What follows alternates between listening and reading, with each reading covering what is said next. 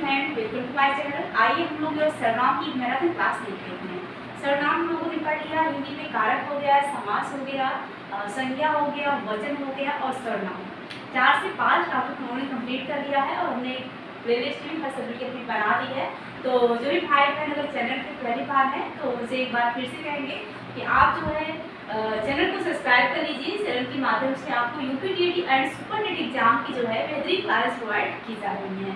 तो आज हम लोग जो है सर्वनाम का संपूर्ण विश्लेषण करेंगे। अगर आपने सर्वनाम को नहीं समझा है तो फिर से एक बार एक छोटी सी सिर्फ 8-9 मिनट की छोटी सी क्लास होगी, जिसमें मुझे लगता है कि आप सर्वनाम को बहुत अच्छी तरह से समझ जाएंगे। अगर हम बात करें कि सर्वनाम की, तो सर्वनाम क्या है? जो संज्ञा के बदले प्रयोग किया जाता है, जो है संज्ञा के बदले प्रयोग किए जाने वाला जब होता है हमें संज्ञा के बदले जो है जो प्रयोग किया जाए, संज्ञा के बदले जो प्रयोग किया जाए। जैसे कि एग्जाम्पल हमें ले सकते हैं कि राम ने कहा कि राम ने कहा कि राम कल आएगा। राम ने कहा कि राम कल आएगा, ठीक है। तो जो राम ने कहा, तो राम तो संज्ञा शब्द है, ठीक है, राम संज्ञा है। अब राम ने कहा कि राम कल आएगा, फिर बार बार एक ही शब्द को रिपीट ना करके किया जाए, इसके लिए व्याकरण ने सर्वनाम को जो है हिंदी व्याकरण में सम्मिलित किया।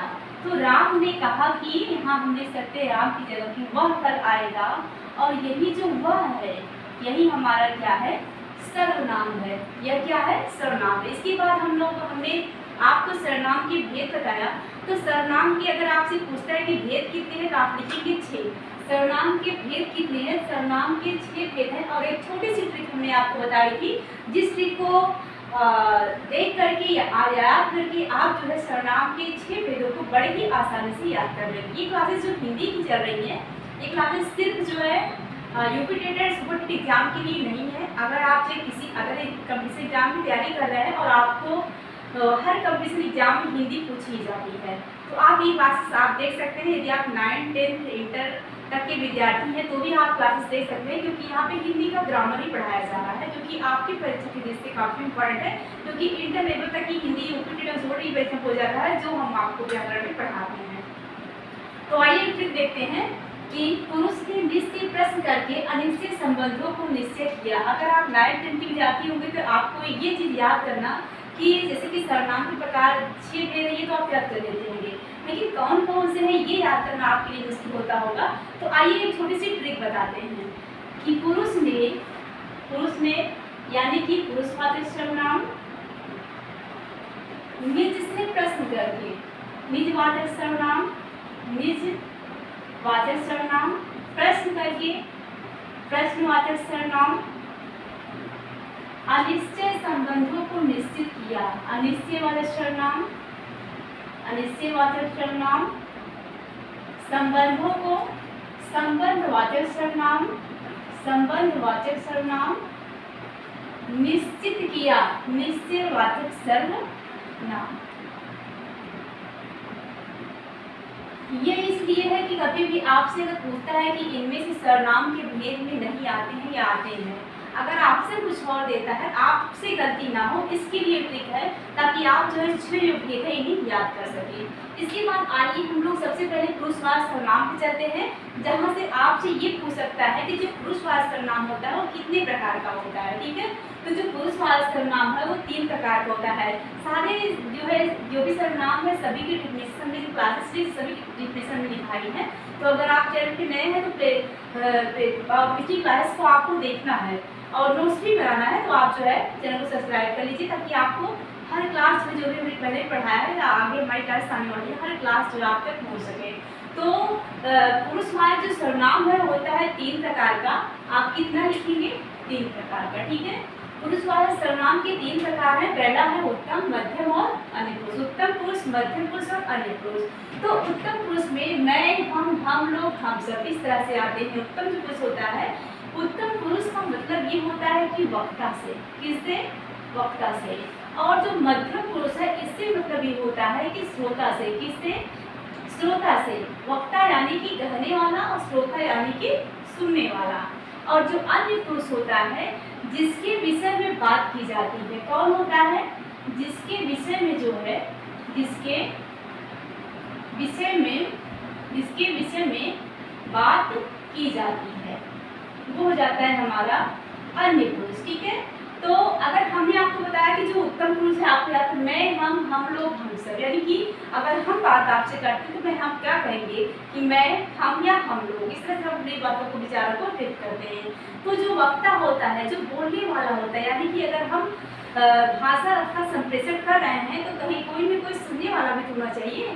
तो जो मध्यम पुरुष होता है वो श्रोता होता है, और जो अन्य पुरुष होता है, जैसे कि अगर दो लोग बात कर रहे हैं तो अगर तीसरे व्यक्ति के बारे में लोग बात करते हैं तो जो तीसरा है जिसके बारे में दोनों मिलकर के हम बातें कर रहे हैं, तो वही हमारा माध्यम क्या हो जाता है? अन्य पुरुष का। ठीक है, तो जो उत्तम पुरुष है मैं, हम लोग, हम सब, यानी कि वक्ता, और मध्यम पुरुष में तुम सब, तुम लोग, आप, यानी कि श्रोता। जो श्रोता होता है, जैसे कि यदि हम आपसे बात कर रहे हैं, कहीं कहीं हम आपको क्या कहेंगे? यदि आप छोटे हैं तो हम आपको तुम कहेंगे, या तुम, कई लोग हैं हम बोल देंगे कि तुम सब, या आप हमसे बड़े हम ये बोलेंगे कि आप सब, आप लोग। तो कहीं ना कहीं आप समझ रहे होंगे विचारों की जो संप्रेषण की भाषा होती है आदान प्रदान की, तो इसी मुझे बताने की जरूरत नहीं है आपकी, क्योंकि आप जब कंपटीशन एग्जाम की तैयारी करने वाले बच्चे हैं, भावी टीचर आपको बनना है, तो आपको जीरो लेवल से की चीज़ें नहीं बताई जाएगी। ठीक है, अन्य पुरुष की बात हम कर लेते हैं, यह वह ये वो। जैसे कि हम आपसे बात कर रहे हैं, हम बात कर रहे हैं आपसे, और हम लोग बात किसके बारे में कर रहे हैं? तीसरा हमारा जो मित्र है, तो हम लोग क्या करेंगे? ये, वो, यह, वह। तो इस तरह से बातें हम लोग करते हैं। तो ये हमारे जो लैंग्वेज है भाषा की, उससे आप समझ सकते हैं जिसके बारे में बात की जाती है वह होता है हमारा कौन? अन्य पुरुष, यानी कि तीसरा पर्सन। तो यहाँ पे हमने एक छोटा सा एग्जाम्पल लिखा है जहाँ पे तीनों जो है सर्वनाम समाहित है। मैं कहता हूँ कि वह अच्छा लड़का है। मैं कहता हूँ, मैं क्या है? उत्तम पुरुष है। कहता हूँ कि वह क्या है? अच्छा लड़का है। मैं कह रहा हूँ किससे? मैं कह रहा हूँ कि वह अच्छा लड़का है, कि वह यानी कि कौन? वह क्या होगा हमारे यहाँ पे? अन्य पुरुष हो जाएगा, और मैं हो जाएगा उत्तम पुरुष हो जाएगा। या मैं कहता हूँ तुमसे कि वह अच्छा लड़का है, जो तुम हो जाएगा, ये हमारा हो जाएगा। मैं कहता हूँ कि तुमसे, मैं तुमसे कहता हूँ, मैं तुमसे कहता हूँ कि वह अच्छा लड़का है। मैं तुमसे कहता हूँ, मैं हो जाएगा हमारा उत्तम पुरुष, तुमसे हो जाएगा मध्यम पुरुष, और वह हो जाएगा अन्य पुरुष। क्या हो जाएगा? अन्य पुरुष। ठीक है, आइए बात कर लेते हैं इसके बाद निजवाचक सर्वनाम। तो निजवाचक सर्वनाम में क्या होता है कि संज्ञा जो होती है निजता का बोध कराती है। किसका? निजता का, स्वयं का, अपने आप का। तो जैसे कि उदाहरण में लिखा है कि मोहन स्वयं ही कूदा था। मोहन जो है स्वयं ही कूदा था। ये जो स्वयं है या अपने आप है, यही हमारा क्या है? निजवाचक सर्वनाम का जो है उदाहरण है। ठीक है, फिर हमने लिखा है कि निश्चयवाचक, तो वह मोहन का ही घर है। निश्चयवाचक सर्वनाम का मतलब ये है कि जहाँ पे जो संज्ञा है पूरी तरह से निश्चित हो जाए कि यह मोहन का ही घर है, यानी कि घर तो है, अगर हमें ये नहीं पता है कि यह घर किसका है तो निश्चयवाचक सर्वनाम होगा। अगर हमें पता है कि घर मोहन का ही है तो हमारा हो जाता है निश्चयवाचक सर्वनाम। जैसे हमने लिखा है कि यह मोहन का ही घर है, मोहन का ही जो घर है, यही क्या हमारा हो जाता है? निश्चयवाचक सर्वनाम। यानी कि यह वह क्या संकेत करते हैं? किस सर्वनाम को? निश्चयवाचक सर्वनाम को। फिर हमने लिखा अनिश्चयवाचक, कोई आया था। कोई और कुछ, कोई आया तो था, ठीक है, कंफर्म है, पर कौन आया था ये कंफर्म नहीं है। यही हमारा क्या है? अनिश्चयवाचक सर्वनाम, जहाँ पे अनिश्चितता का भाव पाया जाए, अनिश्चितता का बोध हो, जहाँ पे संज्ञा जो है अनिश्चित हो, वह हमारा क्या होता है? अनिश्चयवाचक सर्वनाम। जैसे कि कोई और कुछ। ठीक है, संबंधवाचक सर्वनाम, जैसे कि जो बोओगे सो काटोगे, जैसी करनी वैसी भरनी, जाके पैर न फटे बिवाई। तो ये सब जो एग्जाम्पल है, जैसे को तैसा, ये सभी एग्जाम्पल क्या है? किसके? संबंधवाचक को, यानी कि जो और सो आपको वहाँ पे मिलेगा। संबंधवाचक सर्वनाम के उदाहरण है कि जो बोओगे सो काटोगे। तो सो क्या है, ये संबंध निश्चित करता है। क्या निश्चित करता है, संबंध को निश्चित करता है। और कोई क्या है यहाँ पे, अनिश्चय, अनिश्चय को निश्चित करता है। और यह वह क्या है, निश्चय को निश्चित कर रहा है। स्वयं क्या है, निज को निश्चित करता है, यानी कि आपको। ठीक है, फिर हम लोग पढ़ेंगे प्रश्नवाचक सर्वनाम। बहुत ही आसान है सर्वनाम, क्योंकि जो इनके भेद बताए गए हैं, इनके नाम से ही इनकी आप जो है परिभाषा को खुद ही डिफाइन कर सकते हैं। मुझे लगता है कौन आया है, कौन आया है या क्या लाया है, इस तरह का क्वेश्चन आप पूछते हैं किसी से, तो ये हमारा क्या हो जाता है, प्रश्नवाचक सर्वनाम। तो यहाँ पे हमने एक और लिखा है, सर्वनाम की अगर आपसे संख्या पूछी जाती तो आप लिखेंगे 11। अगर आपसे पूछता है कि सर्वनाम के भेद, क्या पूछता है, सर्वनाम के भेद, भेद तो 6 लिखेंगे। ठीक है, अगर आपसे पूछता है कि सर्वनाम की संख्या कितनी, तो आप लिखेंगे 11।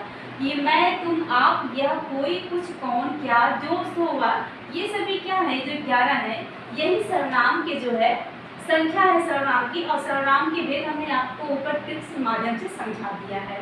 तो सर्वनाम आज के का जो सेशन है दोस्तों, यहीं तक सर्वनाम का टॉपिक पूरी तरीके से कंप्लीट हुआ।